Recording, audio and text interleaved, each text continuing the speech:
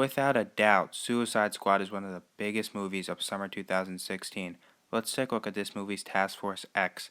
Now here's everybody I'll be looking at. Not everybody's on the team though. Number 10 is Rick Flagg. Now Rick Flagg, he's very different from everybody else on the team, mostly because he's not a criminal. He works for Argus, Advanced Research Group United Support. These people, and Amanda Waller is the leader of that group. They basically make the whole Suicide Squad team. Number 9, Katana. Now, Katana, she might just look like a generic ninja at first, but she has a very special sword. Everybody who's killed by this sword basically stuck in there forever. It's really interesting. Number 8 is Slipknot. Yeah, this guy, there's not much known about him yet in this movie. He basically uses these unbreakable ropes, and I don't know much about him, but we'll have to see more. Number 7, Captain Boomerang. This guy looks interesting.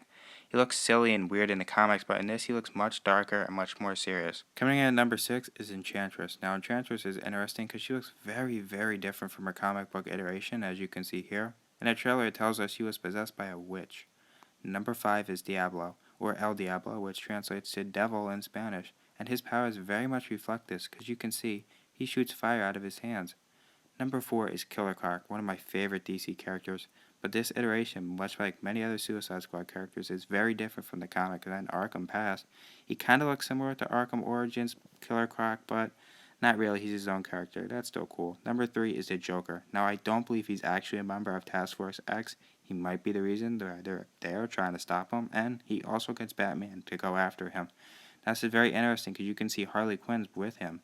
Number 2, let's talk about Harley Quinn. She may have run off with the Joker in this movie, but how did she become Harley Quinn? Well, she was originally Dr. Harleen Quinzel, and then she met the Joker as a patient, and he basically corrupted her mind and turned her crazy, which is a really interesting backstory. And number 1, Deadshot. Deadshot is a really interesting character. You can see here, I am the light, I am the way. Now, Deadshot, he may have actually had a family before the Suicide Squad, and he may be kind of guilty of what he did. Deadshot is kind of like Rick Flagg in a sense. He's the criminal leader of this group in many previous iterations of the comics, and he's really good with guns, hence the name.